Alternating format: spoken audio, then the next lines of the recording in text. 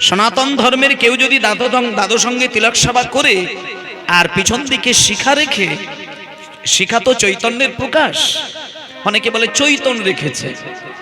কথাটা শুনতে খারাপ লাগলেও কথাটা ঠিক। চৈতন্য মানে যার চেতনার পূর্ণমাত্রা রূপ দেখা দিয়েছে কেবল সেই চৈতন্যটা রাখবে। আমি কিন্তু চৈতন্য রাখি না, কারণ একটা কীর্তনিয়া সে কোনোদিন পূর্ণমাত্রায় চেতনার সঙ্গে থাকতে পারে না। কারণ পূর্ণ চেতনার সঙ্গে যিনি বিরাজ করবেন তিনি কীর্তন গাইতেই পারবেন না, কীর্তন গাইতেই পারবেন না। খুব গভীরের বিষয়। পূর্ণ মাত্রায় যার চেতন এসেছেন, আধ্যাত্মিক চেতনা যার সাগর হয়ে গেছে, সে হরিবাসরে বসে কীর্তনও শুনতে পারবে না, পারবে না কোনোদিন।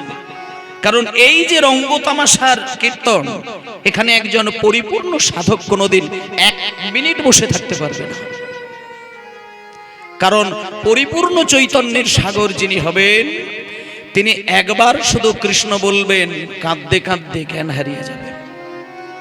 তার জ্ঞান ফেরাতে গেলে সেই সাধকেরই কান্নার দরকার হয় তার কর্ণের সামনে, তবে তার জ্ঞান ফেরে।